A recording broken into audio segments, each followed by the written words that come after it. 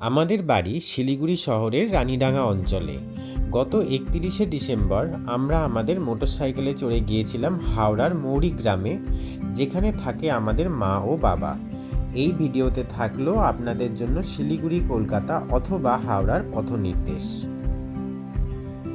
বাড়ি থেকে বেরিয়ে ফুলবাড়ি ঘোষপুকুর বাইপাস হয়ে আমরা পৌঁছেছিলাম ঘোষপুকুর।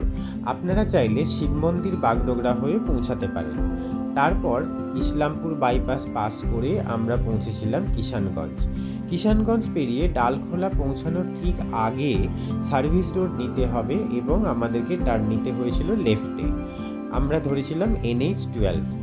তারপর রায়গঞ্জ বাইপাস পার করে আমরা পৌঁছে গিয়েছিলাম সোজা গাজল পার করার পর এসেছিল মালদা বাইপাস ধরে আমরা পৌঁছে গিয়েছিলাম কালিয়াচক পেরোনোর পর আমরা পেরিয়েছিলাম ফারাক্কা ব্যারেজ।